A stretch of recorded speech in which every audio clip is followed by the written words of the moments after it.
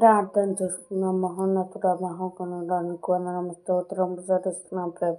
ఇదిగో ప్రభు ఉదయకాల సమయంలో ప్రభు వాక్యం చదువుచుండగా వించున్న ప్రతి ఒక్క బిడ్డను దీవించి ఆశీర్వదించమని ప్రార్థిస్తూ ఆరాధిస్తూ పూజిస్తూ యేసు పరిశుద్ధ నామం అడిగి బ్రతిమాలి వేడుకొంచున్నాం తండ్రి.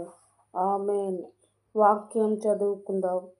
ఎట్లనగా యెహోవా అబ్రహామును గూర్చి చెప్పినది అతనికి కలుగజేయునట్టు తన తరువాత తన పిల్లలను తన ఇంటివారును నీతి న్యాయములను జరిగించుచు యెహోవా మార్గమును గైకొనున్నట్లు అతడు వారి ఆజ్ఞాపించెను.